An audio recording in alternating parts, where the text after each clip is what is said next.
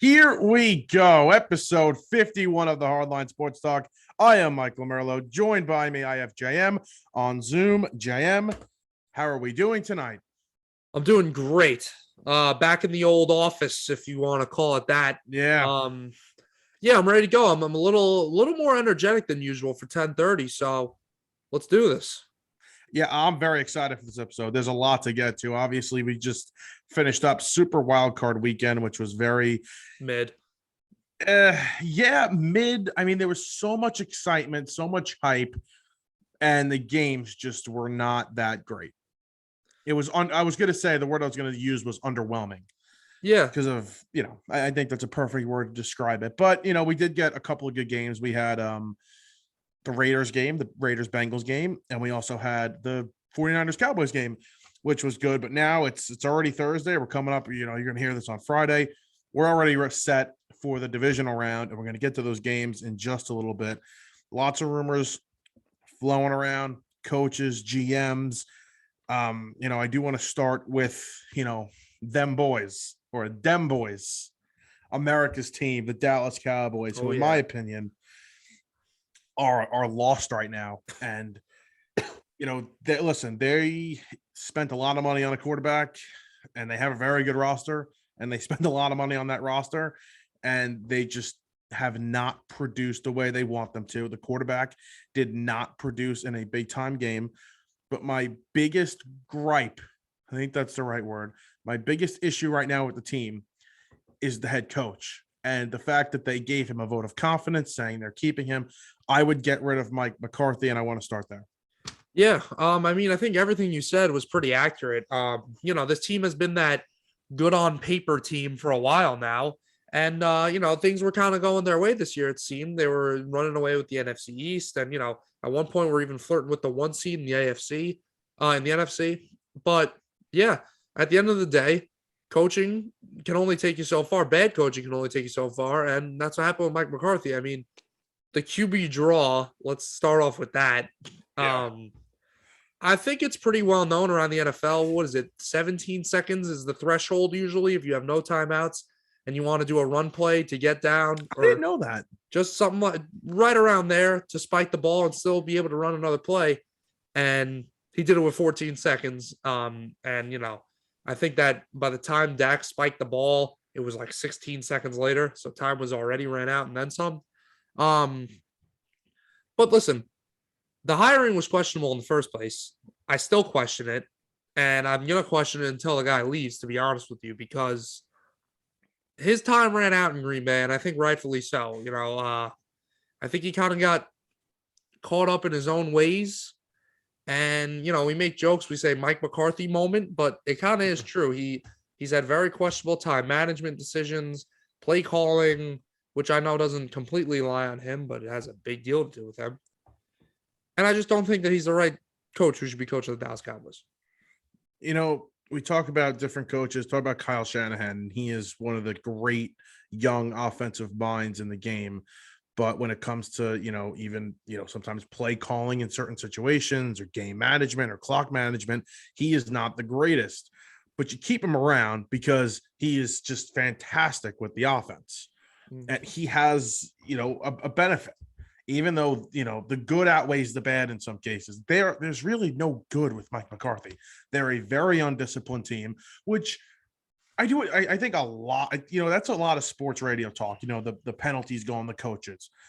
I think it's true to an extent. I think all these pre-snap penalties and these holding penalties, yes, you could put that on him, but at the same time, the players can't keep continuing to make these stupid mistakes. So yes, it's coaching, but it's also, let's blame the players a little bit here. Yeah, Mike McCarthy gives you nothing. You're right. I think the blame should go on the players a little bit, but they were shooting themselves in the foot left and right. You had Randy Gregory who was jumping off sides multiple times. I mean, listen, if I was going up against Trent Williams, I'd try to get any advantage that I could, but let's stay within, the legal boundaries. And yeah, just a lot of false starts. Would they have back-to-back false starts, right? Yeah. That was on third down, I think, right? It kills you. Yeah, back-to-back. And those take you out of, easy, first down situations. It really does kill you. And listen, Is all the blame on Mike McCarthy? No, I think a big deal of it should be, but let's talk about Dak. I'm a big believer in Dak. I think So am he's I. a top 10 quarterback, bottom of the top 10, but I think he's a top 10 quarterback. I think he's very talented. But he didn't step up on Sunday. He really played pretty poorly. He played better in the second half, but still, in that situation, if you want to be that franchise quarterback, that stud guy, you're gonna have to play better. Yeah, he didn't. I mean, I'm sure Jerry Jones was sitting up in that box, watching him after he's being paid $40 million a year. And he's not too happy, Jerry Jones. The play calling, that call, the draw, that was actually Kellen Moore that made the play call, but Mike McCarthy okayed it. So Yeah. Mike McCarthy had to okay that. Another thing, when we talk about these moving on from Mike McCarthy, it would be stupid of us to just say, oh, well, they should get rid of Mike McCarthy. If you didn't have a replacement, they have two guys that if you told me they replaced him with, I feel like it's an upgrade. Maybe Kellen Moore, maybe a little too young, but Dan Quinn, 100%. I would hand him the keys. He's one of the hottest names out there as a head coaching candidate right now. Everybody's interviewed him. I'm almost pretty sure, and except the Jaguars, he turned the Jaguars down. Actually, he didn't want to interview for them. So I would just move right off to Dan Quinn and say, "Here you go, Quinn. Here's the job." I don't really understand that because Dan Quinn got fired last year, right? And Yes. you didn't hear nothing about him. So I understand, maybe he had a good year with Dallas. Obviously, their defense was really good this year. But if you said that last year with Dan Quinn, he wouldn't be getting a lot of interviews. He didn't. And I think a big part of that is because he failed as a head coach, really. So the fact that he's thriving as a defensive coordinator, which was what he was when he got hired the first time by the Falcons, and that's going to make him an attractive option again. Like, I'm a little confused by that because isn't that kind of, oh, we're going down this road again? You know what I mean? Same thing with Todd Bowles. It's just, it works out, but I think some guys are just meant to be coordinators. I think Quinn, I think a lot of it's personality. And when you compare him to, bless you, when you compare him to Todd Bowles, to me, Todd Bowles is, a guy with absolutely no, I mean, from what we could see, no energy, not really a personality. And he ends up losing the locker room over there with the Jets, which ultimately, I mean, that's the final straw. You're done if you lose that locker room. And I think Dan Quinn's a guy, a great motivator. Seems like guys really love to play for him. If you hear some of these guys like Micah Parsons talk about Dan Quinn, they love him. And I'm almost positive he had a lot of say with a lot of personnel decisions with Dallas. Jerry Jones and Mike McCarthy always spoke very, very highly of him, even before the season started. I remember going back to the draft. He was in the room when they drafted Micah Parsons. He had a big say in that. So I think this is different. I think Dan Quinn needs a second opportunity. I think he deserves another opportunity, just like I believe a guy like, Vic Fangio, who got fired from the Broncos this year. I think eventually he's going to get another opportunity as well. And I think Quinn is just, he's definitely going to get a job. There's no doubt in my mind that he's going to have a head coaching job after this year, but I think he deserves it. Right. And, is that necessarily the worst thing in the world if you hire him and you talk about his resume with Atlanta those past couple of years? But, he also went to the Super Bowl with Atlanta and he went to the Super Bowl with Seattle when he was a defensive coordinator. So, just because it doesn't work out one place doesn't mean it's not going to work out somewhere else. I mean, we talk about how quickly the head coaches get fired. I mean, we've seen 3 coaches get fired by the Giants, for example, in the past 6 years. So, sometimes situations might not be right. The fit might not be right. Whatever it is, if you like the person, you do the interview right, you like the football mind, players respect him, it could be a fit somewhere else. It's happened before. There's been coaches that have head coaching jobs somewhere. Doesn't really work out. I mean, we talk about Andy Reid. Never really, they never won the Super Bowl with McNabb, right? No, they went there and lost to Brady. So, comes over to Kansas City, wins a Super Bowl, is now considered one of the best head coaches in the league. It just worked out somewhere else. It's the same thing. Pete Carroll, coaching with the Jets, was horrible. And then he goes and gets a ring, with the Seahawks. So Just because it doesn't work out one place doesn't mean it's not going to work out the other. I'm excited for Dan Quinn. Seems like a good guy. Seems like a guy that you'd run through a wall for. I mean, I felt that same way about Joe Judge. I probably still would.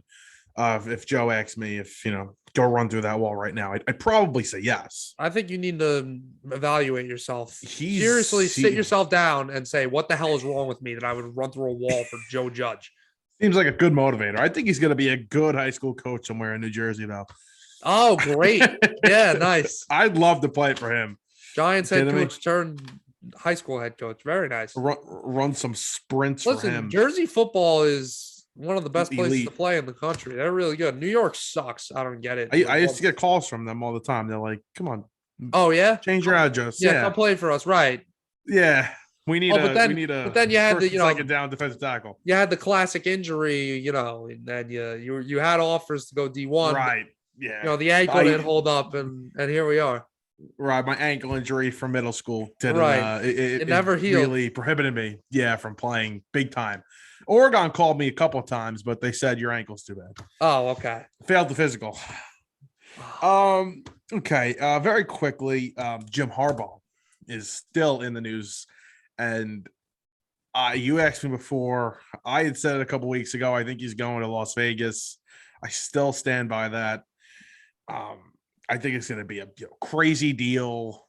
10 years, 8 years. Anywhere from $8 to $10 million a year. A splashy deal. Unless he really is just doing this to get more money from Michigan. But it sounds serious. I think he is fed up with Michigan. They did give him a pay cut before the season started. They had a terrible year in 2020, Michigan. They did. There's no doubt about that. And now he beats Ohio State. He goes to the playoff. It kind of feels like the right time to get out. Cash in the NFL. He Raiders. I think he was a better NFL coach. Raiders. We're really going to do this again? We're really about to give a 10-year deal again? Want to go down that path? I mean, listen, I don't think Jim Harbaugh is a bad coach. I really don't. I think that'd be a nice signing for them. Better than Gruden. 10 years, though. 10 years, though? I hated the Gruden signing. Not only the 10 years, I wouldn't have brought him back. Can we talk about that? Because I don't get what granted him to get 10 years, $100 million. I know he won a Super Bowl and he was a successful coach in the NFL, but you can't not coach for 10 years, 15 years, whatever it was, and then come back and be like, oh, let's throw the book at this guy. Was he really that special? No. I mean, he was in the Bucs Ring of Honor. He won the Super Bowl with them. You know what? I always forget which owner is alive for the Raiders. Oh, it's Al Davis. No. Mark Davis. Mark Davis. Yeah. Right. Mark Davis is a crazy dude. I mean, first of all, he looks like an idiot, but he is an absolutely insane dude. So he's just like, let's make the splashy move. Let's give John Gruden 10 years, $100 million. Yeah. Let's get, you know what? Let's get crazy, man. Urban Meyer's on the market. Let's bring him in. Bring him in. No, can't get any crazier in there. Can't get any crazier. I think it's gonna be Jim. I really do. They fired Mike Mayock. Yeah, they got rid of the TV crew. They got rid of Gruden and Mayock. They could go back to NFL Network and Monday Night Football. You know what I saw the other day, or it might have been this morning. Somebody on Twitter, they said, "Do you think Mike Mayock, who was good, as an analyst on NFL Network, I liked listening to him." They said, "Do you think he can get a job back as an analyst, critiquing other general managers again after he did such a poor job?" Especially, that's a really good point. That's a really good point. They'd be like, "Who the hell is this guy? Yeah, why is he talking?" He drafted Clinton Ferrell at number 4 overall. That was his move. Yeah, I think that was his first move. Oh, that's a really weird. I think that was his first draft. Great, good draft. And they've had questionable draft choices over the year. I don't know what kind of year that Alex Leatherwood had. But even that was like, what the hell? He was supposed to be a late second round pick, and they picked him the 19th overall pick or whatever the hell it was. I didn't like Henry Ruggs really out of college. and obviously that didn't work out for many reasons. But he had a No, tough rookie year. you know what I want to call out right now? A little shot in the dark. Maybe see if I'm right. We're talking about, Mark Davis is a lunatic. We know the people they hire. They like to make the splashy move or whatever. Right. You get Jim Harbaugh, right? Yeah. Or maybe if you get the GM first, whatever you want to do. I mean, they probably should get the GM first, but whatever. Maybe a little Mike Tannenbaum action. Huh? Really? Yeah. Hey, Mike, listen. I hear you on WFAN or ESPN or wherever the hell he is. ESPN. ESPN. Why don't you come manage the Raiders? All right. Can I say something about Mike Tannenbaum? Mm-hmm. So I hear him on ESPN radio all the time.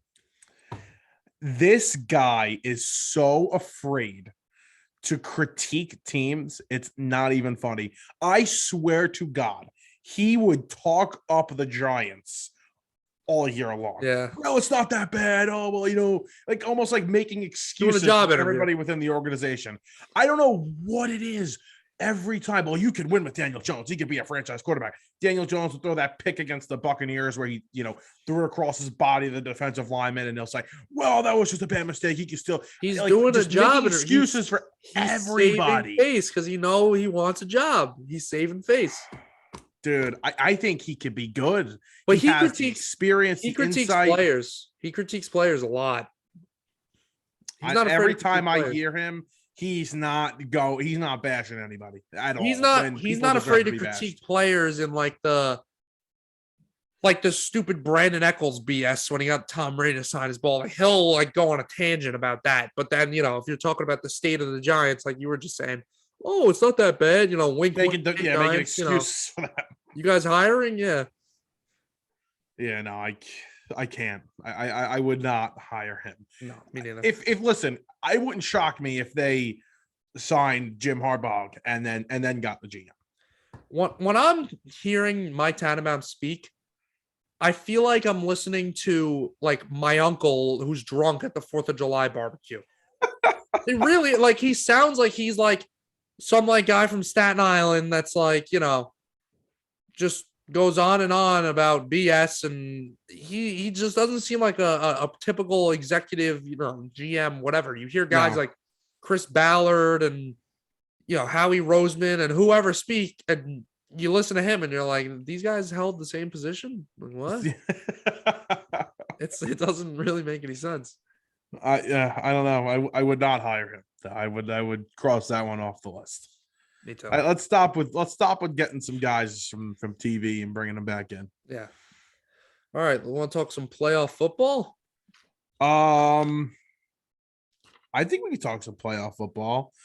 Very quickly, the Giants have narrowed down their general manager search. 3 guys: Joe Schoen, Ryan Poles, and Adam Peters.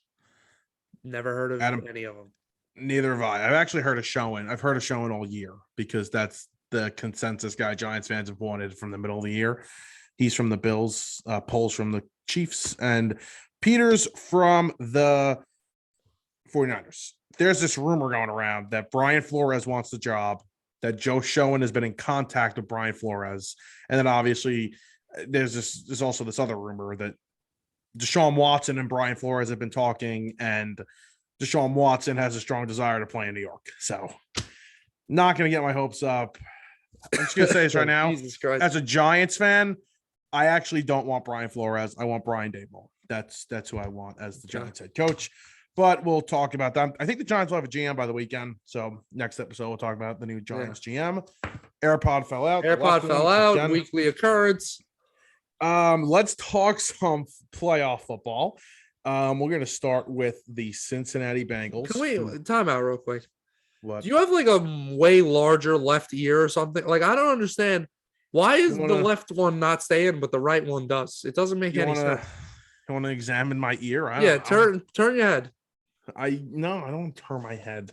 Turn it the other way. Let's see if this stays in. This one stays in fine. The right one is perfect. It's very odd.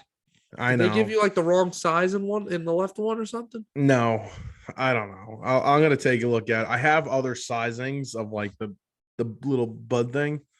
Yeah, get the biggest one you can find. Is it the biggest? Do I need the biggest one? You're gonna need one bigger than that. I think this is the medium. I gotta look. Switch to a large. I'll try it out. Maybe I don't know how to do it though. All right. Bengals beat up. Well, not really beat up. They beat the Raiders on last Saturday. They are now going to take on the Tennessee Titans Saturday afternoon, Saturday evening, really 4:30. And the Titans are expected. We're going to hear back later in the day, but they are expected to get Derrick Henry back. Yep. So how full go is Derrick Henry? What condition is he in? I know they took their time with him coming back. I mean, I know there was a possibility of him coming back like week 18, but it obviously didn't happen. They took their time with him. So we'll see. But I think I expect the Bengals to win this game, and I know a lot of people are starting to like that take because I see lines moving and murmurs on Twitter and wherever you see stuff like that. But I think the Titans are a good team. They're not the sexiest one seed I've ever seen, that's for sure. No. And I like the Bengals to go on the road and get the win. And it's not the worst environment to play in. Ask Logan Ryan. It really isn't Tennessee. No, it's not like you're dealing with a big time home field advantage. Their secondary also is not good at all. I think Burrow should have a really fun time throwing on them. It's just, I think a lot of people now, and at least that I've spoke to, I'm checking the odds right now and where the money is, and it is on the Titans. I don't know if a 1 seed is getting like too disrespected here because we see Joe Burrow and he's everybody loves Joe Burrow and he plays well. He's playing well. The Bengals are hot. I'm done. I'm so done. Stop putting it in. Just leave it out. No more. Do the Bengals get this victory on the road? The Bengals have never won a playoff, game on the road. They're 0-7. So ever? I think so. Please check that. There's no way that's real. I think so. I'm not 100% positive, but I'm almost positive I saw that today. Okay, that is one of the craziest things I've ever heard. What have they existed for 55 years or something? Well, they don't have a Super Bowl. I thought they did. They went to one. Oh, right. When they had Boomer, they lost. I thought they won that one. Weird, but true. The Bengals have something? never won a road playoff game. Well, the Bengals are 0-7 in those games. They're due. Let's go. Yeah, I mean, a lot of people would say they're due. They were due last week. That was their first playoff win in 31 years. That I can't. You got me bamboozled right now. I can't believe that's real. But yeah, you're gonna bet on a team that's never won a playoff. I mean, it means nothing because this is a completely different team that's never been to the playoffs. Yeah, but it's tough. The spread's 3.5. I'm strong, I think, on the Bengals to cover the spread, even if they don't win the game. 3.5 is a nice number, but I think it'll be a good game. I think it'll be close. If we could get the Bengals in the AFC Championship game, that's pretty hot. That's something. I'm not gonna lie, that's pretty hot. I think in every scenario, I think we're okay for a really nice Final Four, like a real fun Final Four. Especially in the AFC. I just don't love the Titans. I don't know why. Yeah, but the Titans, think about this, Jam. The Titans beat the Chiefs and the Bills. Bills, right. And they beat down on the Chiefs. They killed the Chiefs. Imagine how fun a Bills Bengals would be. Yeah, I understand okay. The Titans I feel like the Titans match up well. They've beaten these teams before. It wouldn't shock me if the Bengals went to Buffalo or if the Bengals went to Kansas City and the inexperience and they get blown out. Right. I know the Titans are keeping a game. They're going to be at home. They're going to keep the game most likely somewhat close. They're not getting blown out at home. They're very well coached. For the better AFC Championship game, to guarantee myself a good AFC Championship game, I'd say, you'd want the Titans. I get it. I mean, the NFC side, I like that a lot. Any four of those teams in a matchup, I think, in the NFC Championship. I want to see Bucks Packers again. I think that'd be really interesting, another rematch. But yeah, I mean, I think just about the best teams are left, I don't. The Cardinals were frauds. Let's throw that out there. They were big frauds. What were they? 4-7 in their last 11, or 5-7 in their last 12, something like that. Yep. The Cowboys, I think, were frauds. We realized, in a slight way, not. Which is crazy because I defended them all year. Yeah. All year I defended them. I go the same phase with the Cowboys a lot, I feel like. So coming into the year, I'm like, oh, I think I really like Dak. Like, he's been through a lot. I want to see them do well, right? I take Zeke in fantasy. I'm like, oh, now I got even more incentive to like the Cowboys. Ride the season out, right? Hard Knocks was good. Ride the season out. I'm liking the Cowboys. I hope they do well in the playoffs. Playoffs come around. Oh, we them boys. This our year. And then I'm like, okay, now I remember why I despise the Cowboys.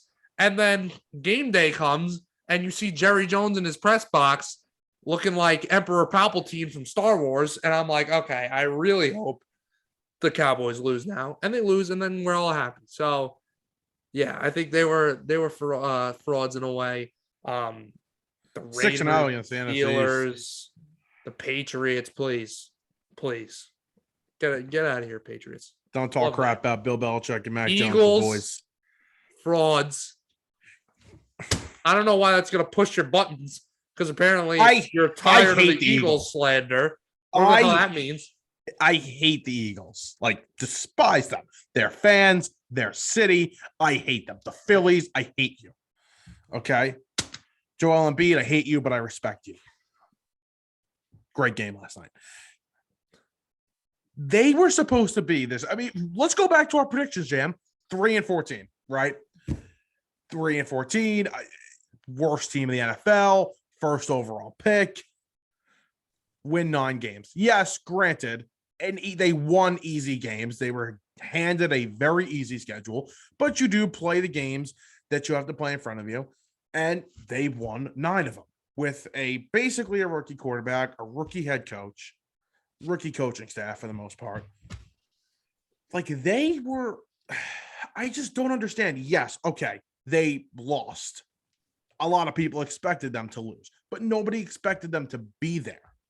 So we're hating on the Eagles for a team that completely exceeded expectations with a quarterback that nobody believed in. And honestly, I'm kind of starting to not believe in him anymore. But, a solid coach, I think, at least. He went to the playoffs in his first year. I thought he handled the media better throughout the year, especially after his press conference. I don't know. Okay, they went to the playoffs. They lost. Listen, very young team.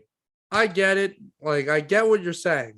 But I think everybody's kind of got it right. I think this was a team that exceeded expectations. No one really thought they were going to be here. But that's kind of all they were. A team that snuck into the wild card and probably shouldn't even have been there in the first place.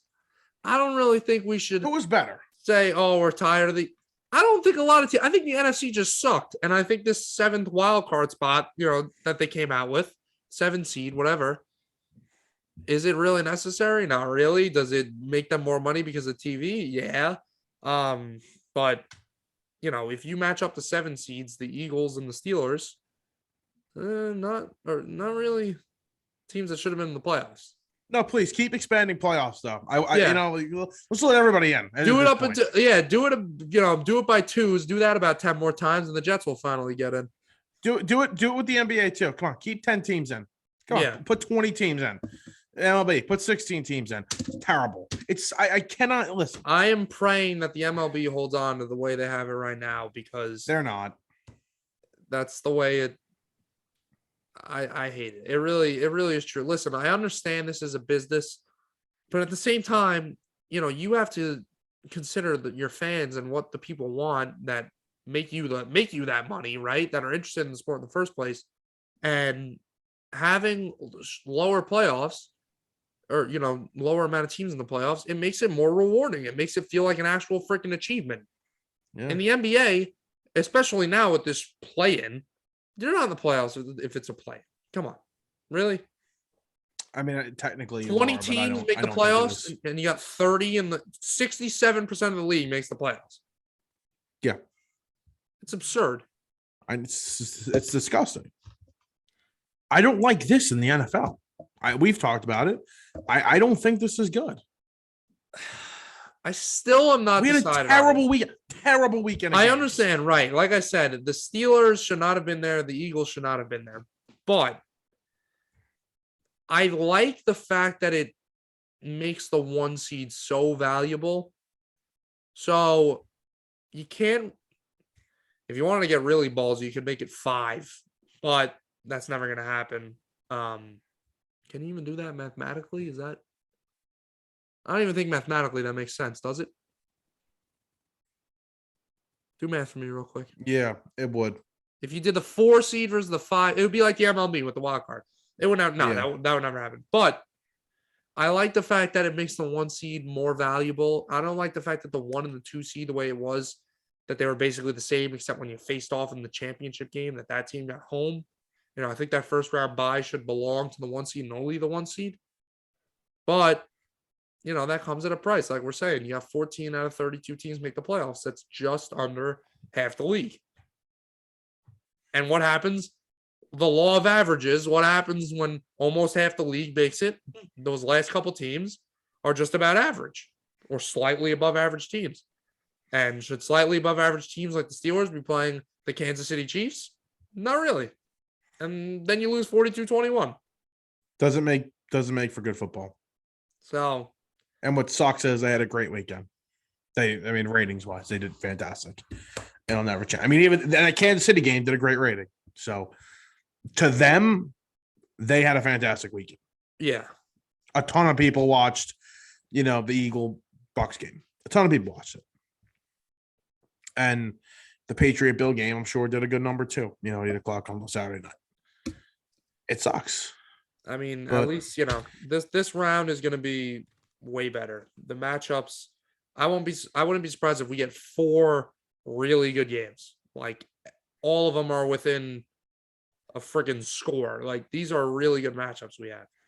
And I'm nervous to bet them. I'm very nervous. I'm not touching spreads. I'm doing a 4-leg money line parlay of who I think is going to win, or I might even just do them individually. I don't know yet. I don't really want to touch this Bills game. I'm still not decided on it. Neither do I. I really right now, don't. We said we're going to do picks, so what the hell? Why not just say them right now? Go Bengals, Titans, and then we're going to talk about the 49ers, Packers, kind of all over the place. I would go Packers, Bucks, Bengals, Chiefs right now. I think those would be the last 4 left. But I might change my mind. Like I said, I'm pretty confident in the NFC's locked. I think the Packers are winning. I think the Bucks are winning. AFC, I'm 75% sure about the Bengals, and I'm 50% sure about the Chiefs. I'm torn. I like the Bengals to cover the spread. I think they'll win. I like the 49ers on Saturday to cover the spread. Yeah, I can see that. What is it, 6? 5.5? 6 and 6, 5.5. I think they cover that number. I think it's kind of obvious. I think it's gonna be a good game. I think it's gonna be close to the end. AirPod fell out again. So I'd say 49ers, but Packers win. And then Bucks. I'm on the Bucks side here. I'll take the Bucks. And I want to say Chiefs too. But everything's pointing to the Bills. But I gotta take the Chiefs. It's going to be great. The 49er Packer game, Bosa's going to play. Fred Warner's going to play. Jimmy G's really banged up. He's got a shoulder issue now. He's got a wrist and a thumb injury. Apparently, Jimmy G and Warner, they're not even on the injury report. No, Warner's fine. That's what I heard today. No, but Jimmy G's not on the injury report. The fact that Jimmy G's not is very weird. That's fishy. Are they hiding something? It's against the rules. You're not allowed to do that. Right. But that's all we keep hearing. Is it the opposite? Are they making this up? as a decoy. I don't know, but Not on the injury report. it's weird, man. This could be a good game. Like, this could be a very good game. I agree. Like a classic, because you have the 49ers in here who can run the ball on anybody. They have a fantastic offensive line. They can run the ball on you, down your throat. The Packers, off the bye, I think that's a good thing. They got healthier. Your brother was talking about this a little bit before, and I mean a couple days ago, and I could see this. You're getting so many guys back, Sometimes and not doesn't saying help. they're going to be cold, but can it have a negative effect on you? It can, yeah. Like, It can could you mess up see the this mojo a little happening? bit. What? It can mess up the mojo a little bit, kind of thing. Swing you out of things. It can Like, it happen. makes so much sense to say, oh, well, they're going to get better. They're getting good players back. Yes, but it could also have a negative effect as well. They haven't been in. Maybe they're a little cold. I don't know. It's going to be interesting. I stand by this. I really like the 49ers to cover this spread. Bosa back is huge. He had a concussion. He should be fine. Good to go. 100%. He practiced Thursday full. They run the ball, control the clock. The main thing is going to be, can they get pressure on Rodgers? Can they be in his face? They Right. were in Dak's face all day long. That was huge. If they're in Rodgers' face all day long, making him uncomfortable, this could get interesting. It could get very interesting. And, with Bosa, if he's healthy and good to go, whatever, he could wreak some havoc for Aaron Rodgers. Record game. He does not get talked about enough. No, he's a stud. So good. I think he's better than Joey. Oh yeah. Yeah, and Joey's a stud. And you switch over to the other side, right? We talk about the Packers defense. You're talking about the Niners run game. How are they going to stop that? Kenny Clark's, one of the best tackles in the league. Yeah. And I think Jair Alexander being back, will have a good effect for them, because you think, you may have some more trust in your secondary now. Alexander going up against Debo, you might be able to, leave him in single coverage a little more, put one more guy in the box. Could help the run game out a little bit. But at this point, it seems like Debo Samuel, I wasn't sure about him. Like, I didn't watch a lot of him this year, I feel like. I didn't want to, appoint him as a top 10, top 5 receiver or whatever. He's amazing. He really is. He's special. He is really freaking good. He's like Percy Harvin times 5.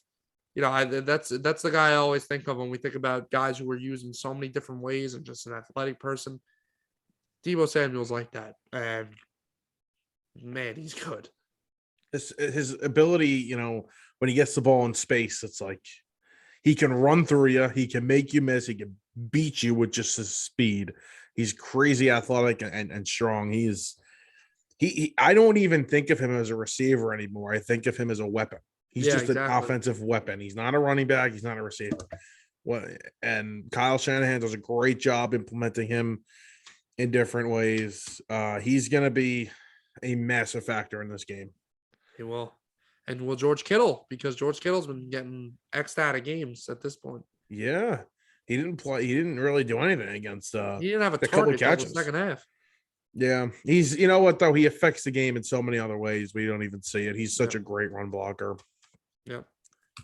I love George Kittle. So listen, we'll see what happens there. Rams Bucks, I think that's Sunday, 3:00. This is a game that's being overlooked. I mean, another really close game. The thing that I think is scaring a lot of people is Tampa Bay possibly missing Tristan Wirfs. They're all pro right tackle, and Ryan Jensen, their center. Now, I don't know if they're going to play. They're not going to know until the end of the week. I still like the Bucks. Their defense, a lot healthier. Yeah, and listen, the Bucks are just like, they match up well against anybody. I feel like, they really never have like, oh, I don't like this matchup for the Bucks. And it's a different animal. The Rams are going to be on the road now. Sean McVay, he's a little bit of a head case still. I'm still not sold on him in terms of his coaching abilities. But this will be another test for Matthew Stafford. I'm currently speaking with my freaking sinuses going up the wazoo. Holy Mm. crap. I can't even like concentrate right now. Um, but anyways, like I was saying, yeah, the Bucks. Listen, they're getting Leonard Fournette back. That's big. You got Fournette and Derrick Henry coming back this week. Two big running backs back for their teams respectively. And respectfully, um, wait, did I have it right? What? Respective, respectively. Respectively. So I did have it right, not Yeah. respectfully. Yeah, respectively. Okay. Um, and listen, Tom Brady. We're learning vocabulary on the fly. Yeah, we're not the brightest bulbs. Um, Tom Brady's Tom Brady, and I hate to say that because I'm friggin' so tired of every time people are like the Bucks will want to play. Oh, Tom Brady, that's why he's the GOAT. Like the guy doesn't play all 22 positions. But what I do know is the Bucks are pretty damn good, and when it comes down to Tom Brady versus Matthew Stafford, I'm gonna have my money on Tom Brady. If Matthew Stafford has the ability to lose you the game, to just absolutely stab you in the back breaking interception, kind of like Jimmy G, Yeah, he'll throw it. yeah. He'll do it. So I think Matt Stafford will do that. We're forgetting something that the Rams were, and I watched a lot of Rams football this year. They are wildly inconsistent, and they did not give their quarterback a chance to lose the game last week for them, because that's how bad the Cardinals played, and that's how well their defense played. So I don't know if it's a close game. If it's a close game, which I think it'll be, how do you not bet on? And I'm going to say it, the greatest of all time. Down, clutch moment, need a drive to go in the game. Who do you trust more, Rodgers or Brady? Brady. I'm taking Rodgers. Yeah, I'm taking Rodgers. Oh man, It's a close call, actually. I really just want Rodgers and Brady next week, man. I want to see that again. We got it last year, but it didn't. I don't know. Something was missing. Like Rodgers, he was just getting pressured all day. Brady didn't even play good. He threw 3 picks. So I want to see that rematch again. And I want to see it in Lambeau like it was last year. So Tom Brady, Aaron Rodgers, get it done this week because I want to see you guys. And we get to see Josh Allen versus Pat Mahomes this week, which is pretty good, freaking good treat for us. That's fantastic. This is the game of the week. It's easy. It's the game of the week. Chiefs, easy, hands down. All right? That's game of the week. Under there, I'd go Rams Bucks. You think? Yeah, and then Packers 49ers. Packers Niners and then Bengals Titans. Yeah, I could agree with that. I was gonna maybe put Packers Niners over Bucks. I thought about it too because I'm super stoked for that game. Yeah, but the Rams Bucks. Rams beat them already. Beat down on them. Mm-hmm. That's the other thing. Very quickly, it's hard to beat a team twice, and you have to go to Tampa and beat Tom Brady twice. It is. Beat a very well coached team twice. I don't see that happening. If Aaron Donald can be Aaron Donald, maybe, but don't let Aaron Donald be Aaron Donald. And they're very good up front. So like you have a Leonard Floyd, you have a Von Miller, so it's like, all right, double him, but they're one-on-one on the outside. That's what happened. That's why the offensive linemen are going to be so important. That's what happened when Tom was in New England. They played the Rams in the Super Bowl. Aaron Donald didn't really get to have his way. So, see what happens this time around. Can't wait. Fort Scott, can't wait. Damn, this has been a long segment. List. How long have we been on? What else we got to cover besides the list? That's it. Just a couple of quick things of baseball, just very quickly. All right. Bill, you want to talk about those Chiefs, or are we good? We didn't cover that. No, we didn't cover that. No. Just this picture, because I like the Chiefs to win the Super Bowl. That would be my pick. I said it after the games last week, and I said that's my pick to win the Super Bowl. The Chiefs. I almost put money on them, but I'm so nervous about this game. I didn't. That picture of Stephon Diggs watching the Chiefs celebrate is scaring me. Right. But the Bills went to Kansas City and kicked the crap out of them. Thoroughly beat them. Yeah. So again, can you beat Andy Reid and Patrick Mahomes twice. Aaron Rodgers lives rent free in my head. Yeah, it really does. Can't stand the guy. Uh, is it possible? It's too stressful to freaking pick these games. I'm telling you. I know. Like I don't because especially because you know we're fans. We're watching the games the whole year, and now we get to see these great teams that we've been following, and you know we want to see them match up against each other. So we'll be rooting for one team, but we'll be like, oh, this team I think might win. It's too much. It really is. Because I love Josh Allen and the Bills. Yeah. I think this game should be a pick 'em. It basically is. It's 1.5 right now, is the last time I checked. But you are so you saying they're a pickup means you basically think the Bills are 3 points better. yes. I think because I get that. That's the whole Vegas thing is the home team gets 3 points go to the home team. 2 to 3 points, depending on your home field advantage. This home field advantage is 3 listen, points. we all know record isn't everything. That's been proven time and time again. Right. And you have the Bills who have the number 1 defense in the NFL. And when we think about the Bills, what's the first thing we think about? Not their defense. We think about Josh Allen. You know what I mean? Like they are all around a really freaking good team. When you look at that and you say 10-7, what? They had some weird losses, a tough schedule. They had a really tough schedule. You know, didn't beat the Titans that Monday Night Football game. But they went for it on 4th down. Respect. I like the Bills. As you know, 3 points better than them. I think it should be a pick 'em. I'm talking myself into the Bills right now, to be honest with you. I said in the beginning of the show, I'm Chiefs. I'm 50% sure. Now I'm talking myself in the Bills. This is what I'm saying. I don't even know what the hell to think anymore because this game is going to be so good. I hope it's going to be good. I mean, I can't see it not being good. No. 2 really good defenses. I would go under in this game. Me too. Over's way too. It's like 54 or something. I could see this being a 27-24 game, something like that. Real quick. I know as a Jets fan, like I'm not supposed to root for the Bills, I guess. Mm-hmm. But that's irrelevant because we haven't been relevant in freaking 6 years. So why do I have a reason to hate them when, you know, we've just been lying down against any team? And B, I just want to see someone other than the Chiefs in the Super Bowl. Okay. So root for the Bills. Bills, get it done. And play Joe Burrow. Joe Burrow, you get it done. We got a deal. That's like my dream scenario. My dream scenario is a rematch, but I don't know if we're getting that. I don't know about that. I think we are. I think we're getting it. Like I am almost sure we're getting a rematch. I put $60 on the fact that we were getting a rematch, and then I was convinced to cash it out. Wow, you can't. No, why would you do that? Because this Chiefs Bills game is screwing me the hell up because I like the Chiefs to win the Super Bowl, but the Bills were my preseason pick, and mine were the Ravens. Nice one. You know what? Hold on. Before we go to break, just very quickly, the Bills' offense has been very inconsistent. So they've had, they had literally a perfect game against the Patriots. And now you're asking them again, they're going to have to play another really great game against a really good Chiefs defense.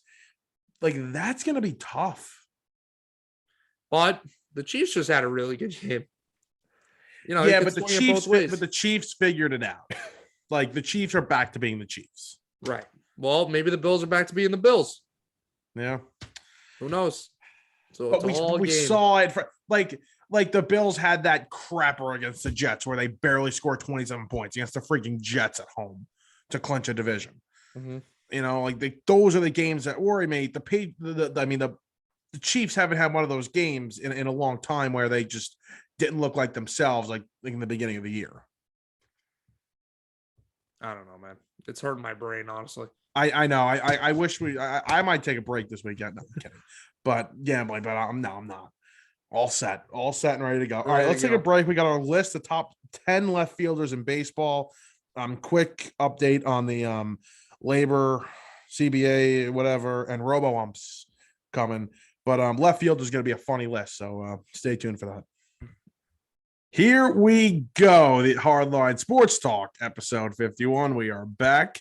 We're going to do our list for the top 10 left fielders. Let me just say this. This isn't going to be like normal. This is going to be interesting. So just there might be a hang few on tight. names where you're You like, never heard oh. of. I mean, there's a Yeah. really good chance like five of these are people that some people never heard of. Why Five is of it these. that left field is horrible and right field is like the best position in baseball by far? It's not even freaking close. Well, when I looked, a lot of these guys that play in right field actually moved over to. A lot of these guys that play in right field were left field that moved over. A couple guys from center field, like Brian Reynolds, moved from left to center. So people just don't like left fielders anymore, I guess. Left field that's the position when you're in little league and the coach puts the worst kid. That's where they put him. They put him in left field. I thought it was right field. No, left field. It's a shorter throw. I always thought it was right field. Oh, okay. No. Got I was never putting left field. Shorter throw. I was never putting left field. That's good because I would have started making fun of you if you were. There was one year where I got hurt and I had to play right field. But I had a cannon. All right. Oh, I bet. All right. But I hurt my arm though. All right. Let's start off Enough with the sob story. I'll start off this time. I got Adam Duvall at number 10. Adam Duvall was traded from the Marlins to the Braves and was actually a big part, in the Braves World Series run. He played well down the stretch for them, hit 38 home runs. He drove in 113 guys, but he struck out a lot. He didn't walk much, and he didn't get on base, and he hit for a low average, and his slugging percentage was not even over 500. It was 491. So, yeah, nothing really to love here, Adam Duvall. Just solid player and just had to get thrown on the list. Yeah. I got him a little higher than you do, that's for sure. But anyways, I'll start us off from my side with a little Robbie Grossman, a man where you probably said, what the hell is that? But Robbie Grossman put together a nice little year for himself last year. 31 years old, best year of his career. Had batted 239. Not great, but 772 OPS, 116 OPS plus, above average, nice 20 stolen bases, and a 2.9 B WAR for him. So not horrible for Robbie. 2.7 F WAR. Am I really going to go on and on about Robbie Grossman? No. Merlo, go ahead. Other than the fact that that's just like disrespectful to Robbie Grossman, I think you're done. Number 9, I got Austin Hayes of the Baltimore Orioles. Solid. How old is Austin? He's a little young, right?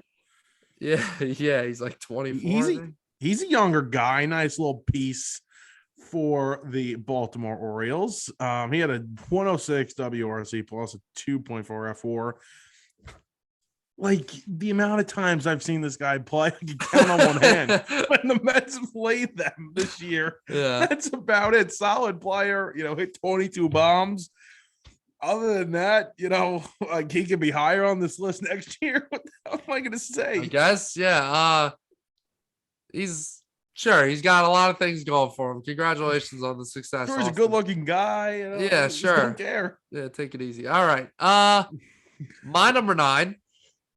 I got Mark Canha, newly with the New York Mets.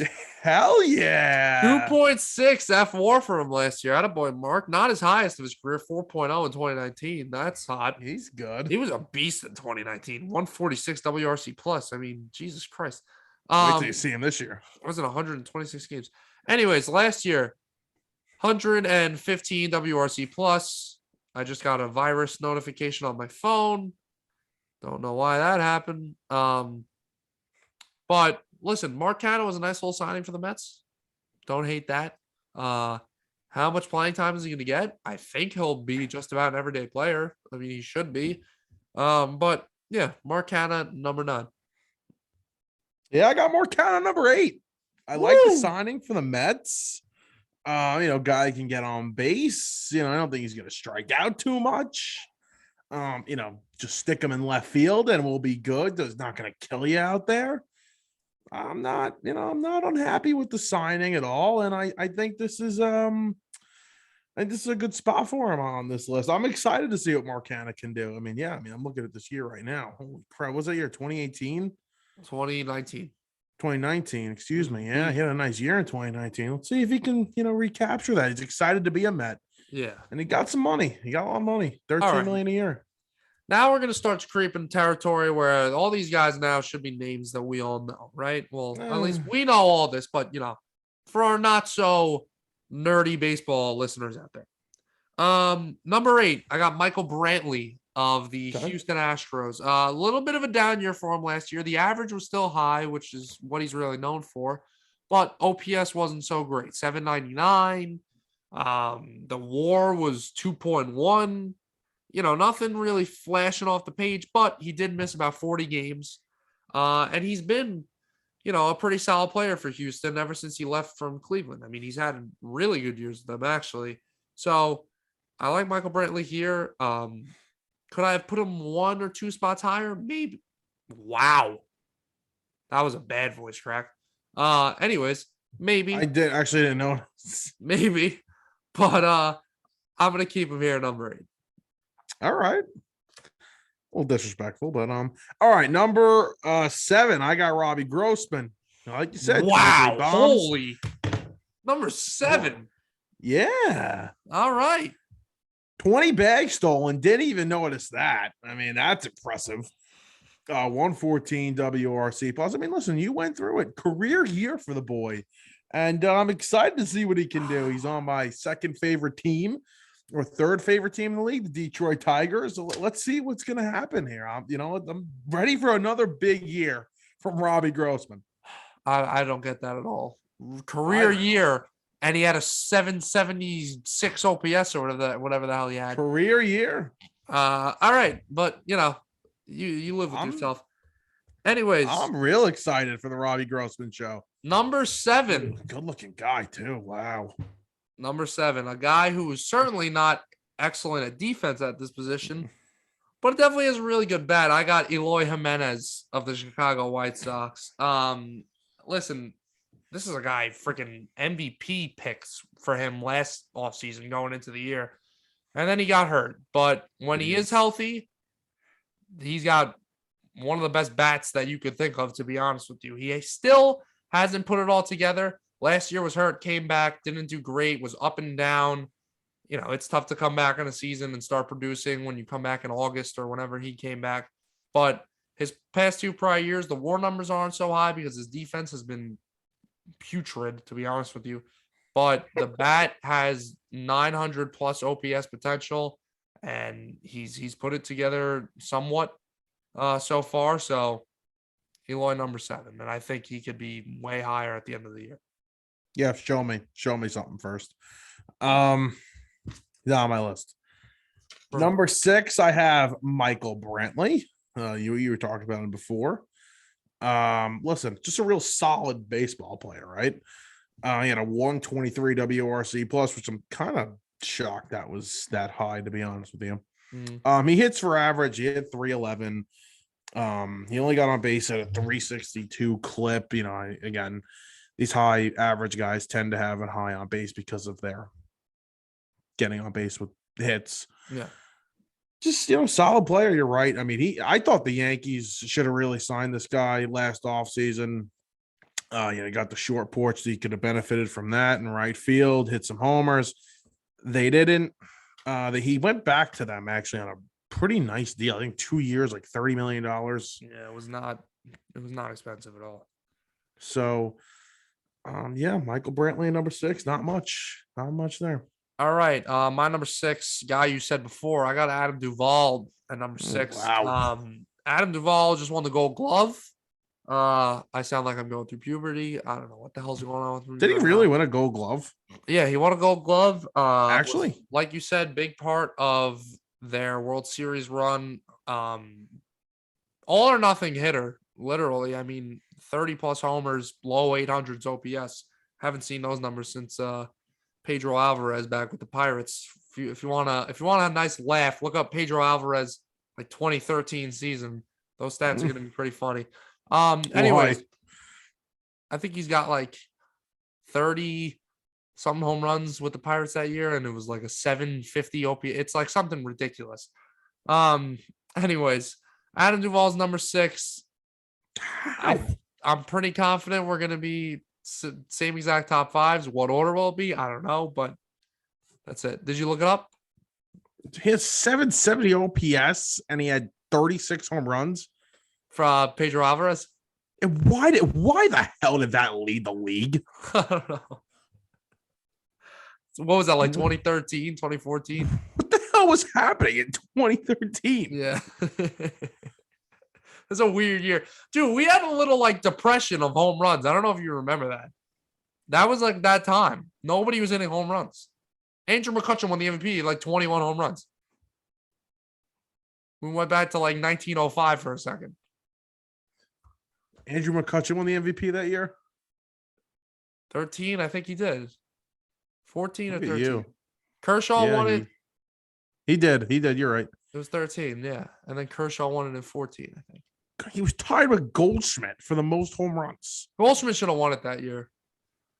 But oh wait, all right. So I did say league. That was NL because Miguel Cabrera hit 44 and Chris Davis has hit 53. Still though, but it was third. 36 to lead the NL is what?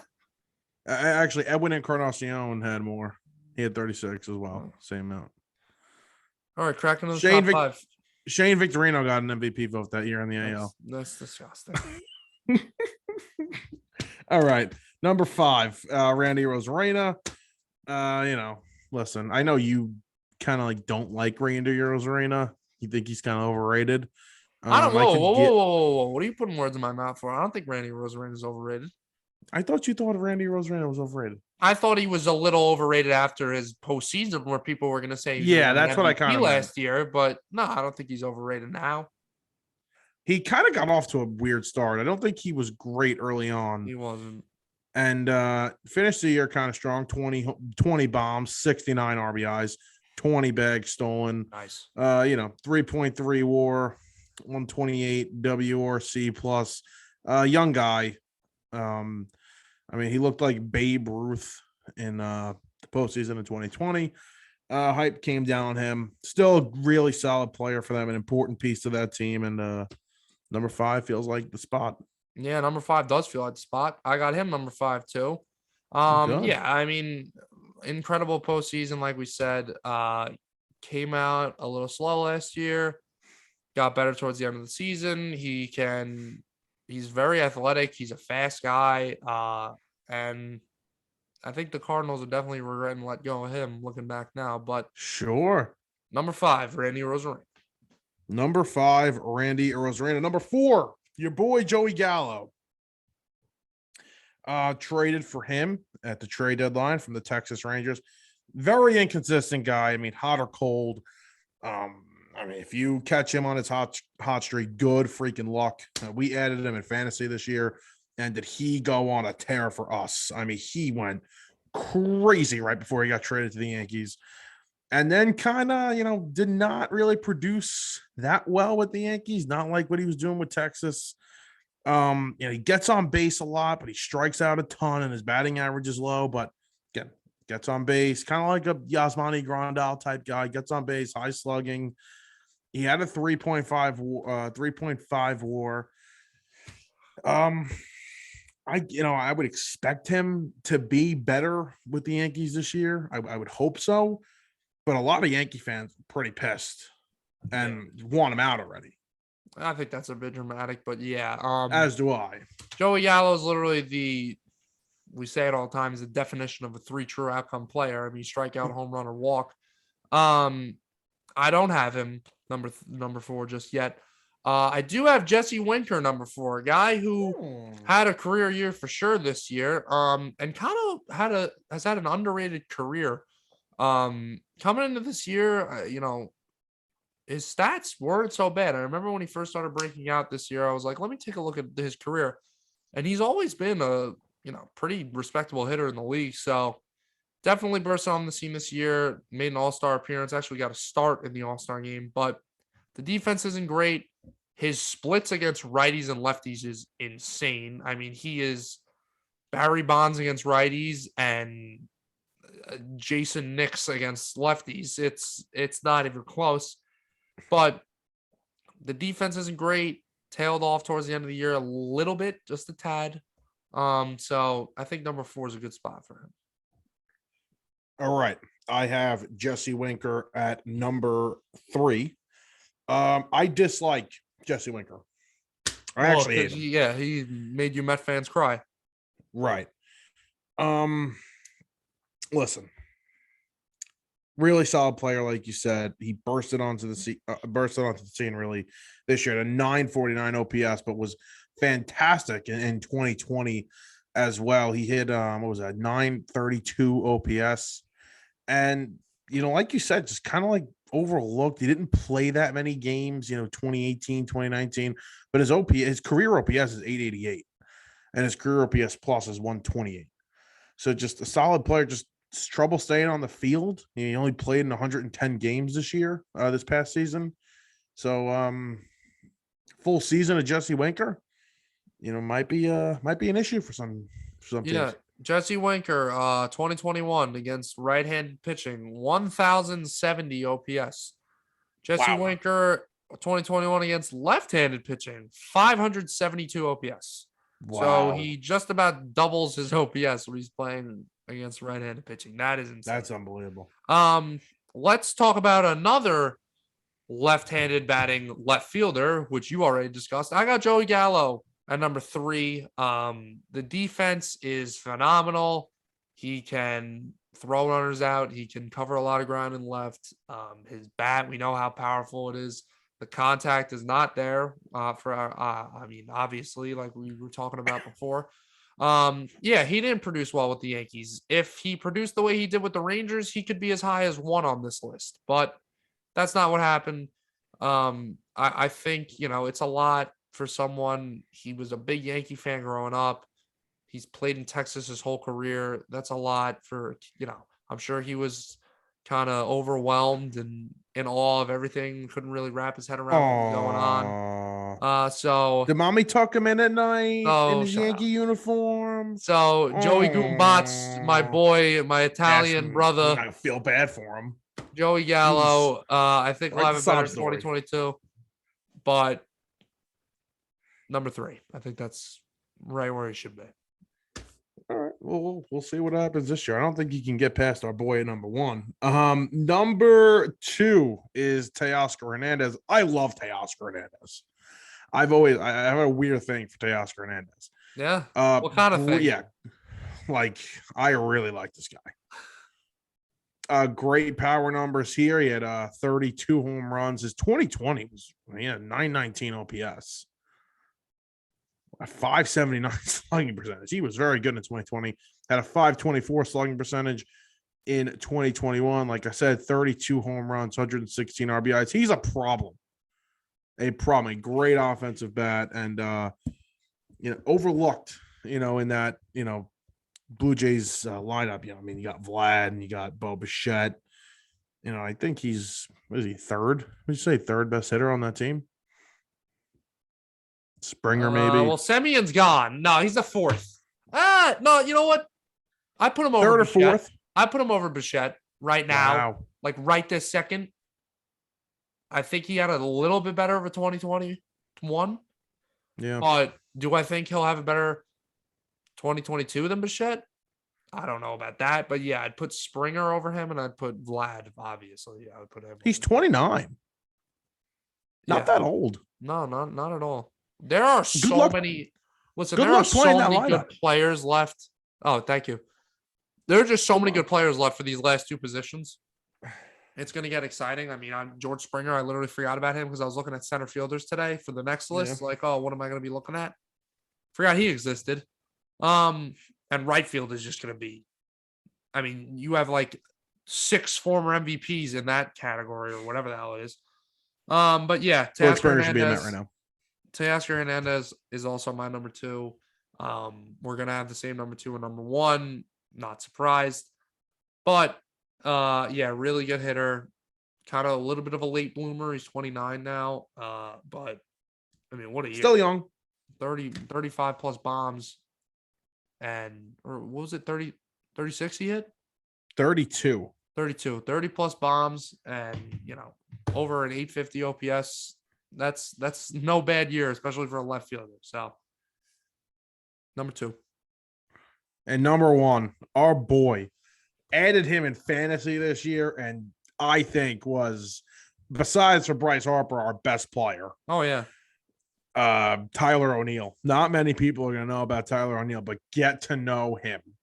34 home runs last year, 80 RBIs, batted 286, had a 912 OPS and a 150 OPS plus for the St. Louis Cardinals. I love this guy. I think he's going to be a problem for a long time. He's a young guy, only 26, going to be 27. You could finish it up. I know you really like him, but Tyler O'Neill's the boy. No, he's a stud. I mean, bursted onto the scene in a big way for sure. His 2021 second half was, if you span it over a full year, he probably wins MVP. Like, he was amazing. Yeah, he's like one of the fastest guys in the MLB too. He is phenomenal. I always would get him confused with Harrison Bader. They were both like coming up around the same time and kind of look similar a little bit. I mean, Tyler O'Neill's jacked out of his friggin' mind. Reminds me of me. Yeah, I wasn't really seeing that, but sure. Say what you want to say. Yeah, I mean, I think you covered it all. Tyler O'Neill's a stud. Crazy to think that he's number 1 on this list. If you would have said that to me in the beginning of this season. Yeah, I called you crazy. Let's give it a quick recap. So hold on 1 second. His second half, 19 home runs, 43 RBIs, 296 batting average, 942 OPS. And in September/October, batted over 320, had a 1,108 OPS with 13 home runs. Yeah, he was a huge part of their playoff run, of their how they got into the playoffs. Yeah. What they win 17 in a row or something? Yep. Crazy. All right, so number 10, the face of baseball, Robbie Grossman. Yes. Mark Canha, Michael Brantley, Eloy Jimenez, Adam Duvall, Randy Rosarena, Jesse Winker, Joey Gallo, Teoscar Hernandez, and Tyler O'Neill. Excuse my yawning. Been a long day. Adam Duvall at number 10, Austin Hayes, Mark Canha, Robbie Grossman, Michael Brantley, Randy Rosarena, Joey Gallo, Jesse Winker, Teoscar Hernandez, and Tyler O'Neill. Just very quickly before we wrap up, the players are going to make a counter offer to the MLB owners in the CBA discussions. They're going to counter offer a proposal, whatever it is. That's going to be on Monday in an in-person meeting. They did the last one over Zoom. They're going to meet in person this time. So, they get to see each other's pretty faces. Hopefully, fingers crossed. Come on, guys. You can do it. Let's play baseball here. Trying to hold out hope. And robot umpires are going to be in AAA this year. That's definitely going to be a debate for us, and maybe when we get to February, because I don't like that. So we'll. All right. Can I ask you a question? Yeah. Because this will help me understand your thinking. Yeah. If the robot umpires are perfect, do you still not like it? Baseball's an imperfect game. So I'm on the side of, I'll tell you right now, you have this, you're going to see a massive explosion of offense. And if that's what you want, then you're all for it. You're going to see offense explode. You really think they give that much to umpires? Yeah. You think they expand it that much? What? I mean, listen, the MLB can set it to, I don't think it necessarily has to go by the parameters of the plate. I think they can extend it a little bit if they want to make the strike zone a little more. If the walks are through the roof, if this ever happens. It's going to happen. He'll be here in 2 or 3 years. I guarantee it. As long as it works perfectly, I'm perfectly okay with it. Because listen, I understand you're saying baseball is an imperfect game or whatever, but then that means we got to take away replay. You know how I feel about that. Yeah, which that take I can't get on board with you at all. because they don't do it because they're we talked about it, they're half pregnant with it. You can't, you can't overrule this because this was well, all right. I don't think field they're half pregnant. I just think the technology isn't there yet for the robo umps to be implemented. No, I'm not saying about that. I'm saying with the you're actual saying this replay isn't system. reviewable. That's not. But we made this call on the field, and yes, it's clear that he's out, but it's still not. I get it. I mean, every sport's like that. 100%. Football does the same BS. Football's a little better though. They need Football's to a clean up little some better. stuff, but if they could, make the strike zones perfect, I think that would be my dream. If they make the strike zones perfect, though, again, you're going to see walks. Guys are going to know the strike zone even better. It's going to be perfect. And guys aren't going to be swinging at bad pitches. You're going to have guys on base. Then that forces the pitchers to throw more strikes. Now these pitchers are getting rocked. I don't know. It's an imperfect game for a reason. We'll see. That's why they do the testing in the minor leagues. If the numbers around the league are the same, but I don't think so. I'm confident. Listen, we'll see. Like I said, that's why we test things. We can definitely have this debate again when it's February. Nobody cares about hockey or basketball. Yeah. But that's going to do it. It's a nice long episode. We'll talk to you guys next week after what should be a very fun weekend. Yes, it should be. We good? We're good. All right.